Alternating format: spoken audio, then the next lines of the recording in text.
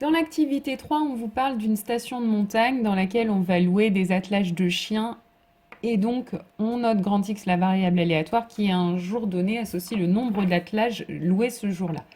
Donc on vous a donné la loi de probabilité de grand X, on vous demande de calculer l'espérance et la variance. Donc à nouveau, hein, à chaque fois on multiplie une valeur avec sa probabilité et on somme.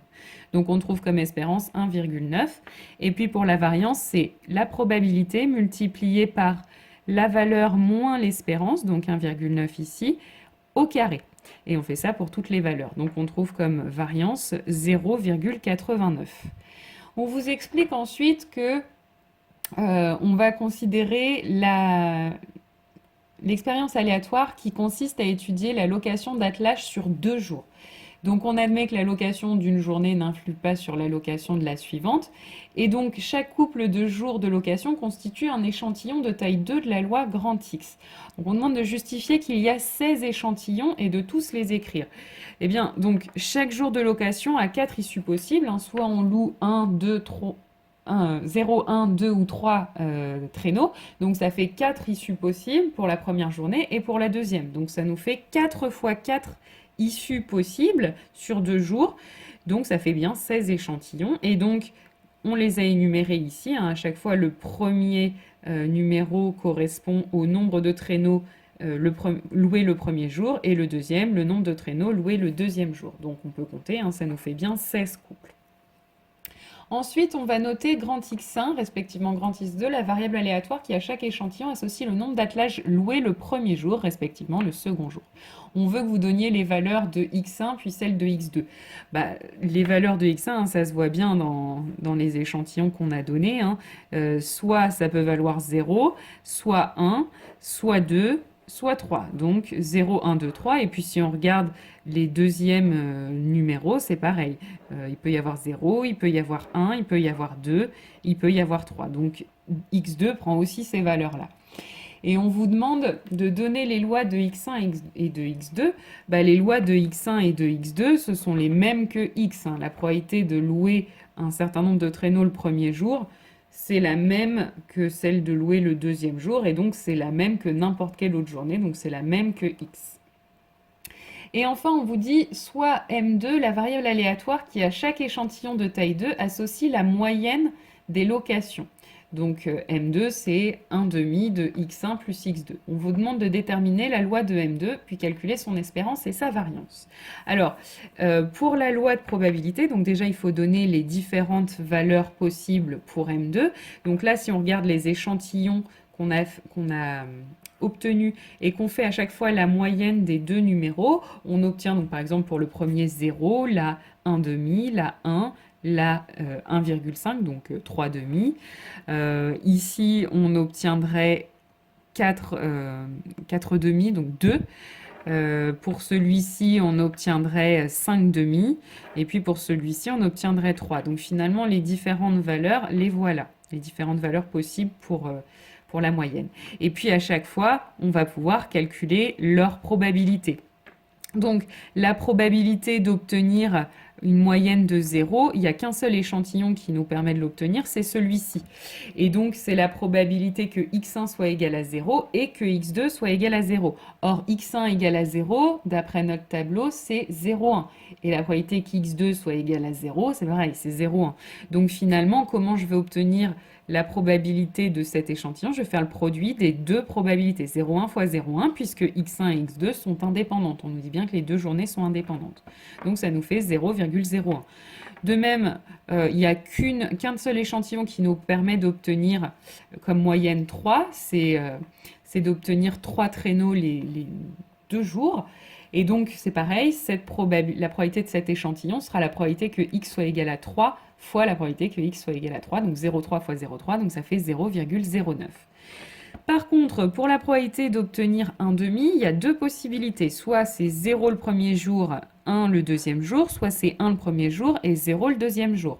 Donc finalement, ça va nous faire 0,1 fois 0,2 plus 0,2 fois 0,1. On obtient 0,04.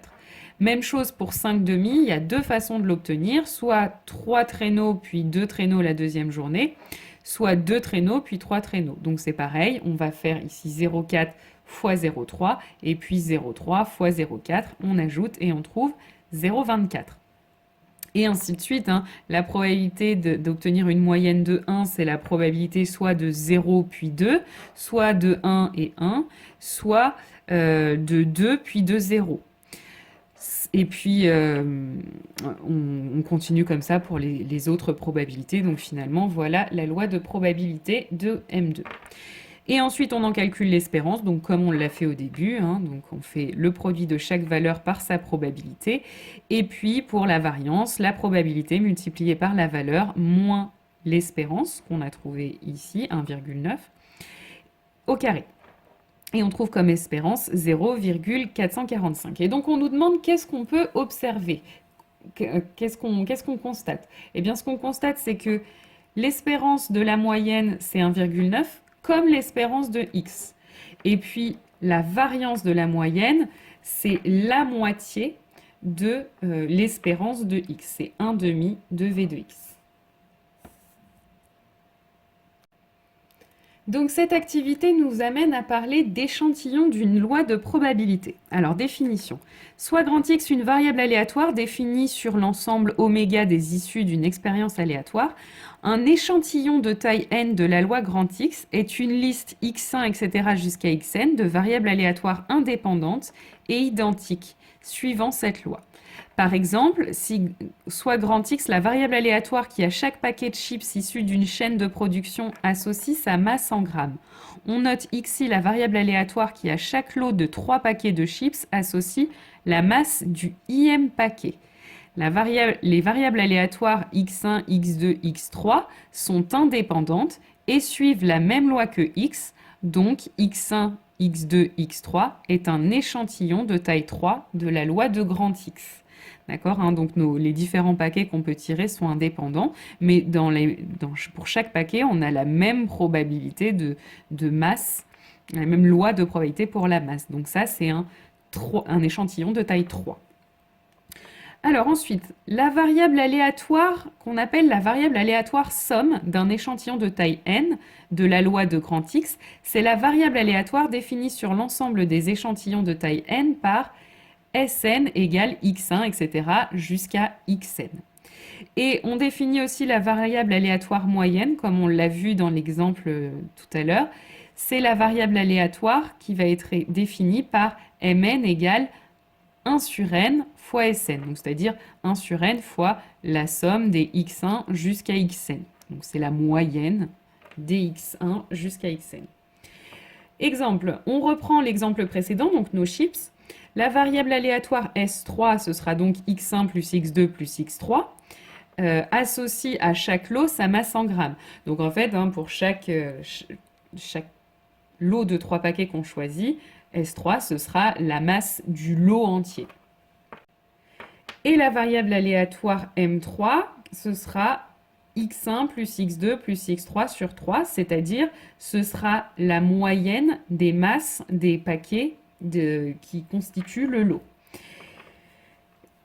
Et donc, on va dégager une propriété, donc soit Sn, la variable aléatoire somme d'un échantillon de taille n de la variable aléatoire grand X. Alors, l'espérance de Sn, ce sera n fois l'espérance de x. Donc ça, on l'a dégagé déjà à travers des exercices. Ça vient de la propriété précédente qu'on avait vue sur les espérances. Et comme chacune des variables aléatoires x1, etc. jusqu'à xn va avoir la même espérance que x, ça va nous faire n fois l'espérance de x. Même chose, les variables aléatoires d'un échantillon étant indépendantes, en appliquant la propriété qu'on a vue sur les variances, la variance de Sn, ce sera n fois la variance de x.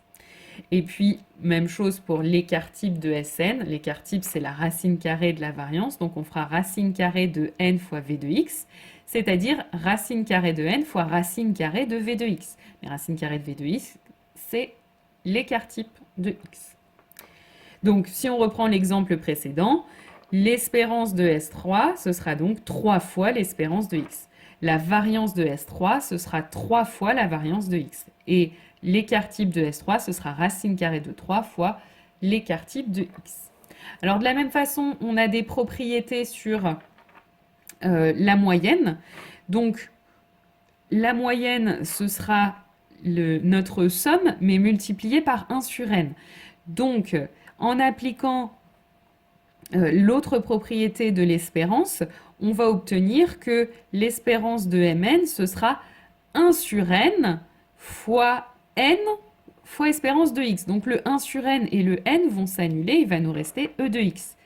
Même chose si on applique l'autre propriété qu'on a vue sur la variance.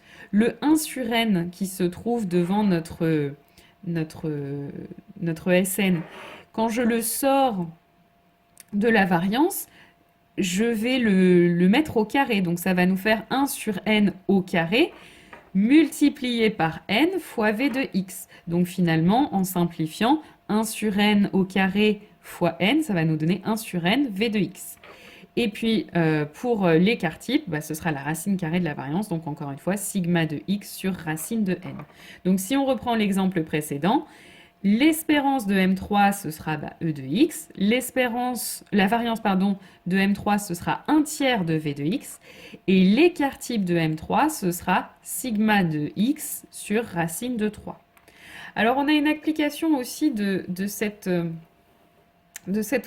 la première série de propriétés sur la somme des variables aléatoires qui va nous permettre en fait de calculer l'espérance, la variance et l'écart type dans le cadre d'une loi binomiale. Parce que je vous rappelle qu'en fait, qu'est-ce que c'est une loi binomiale?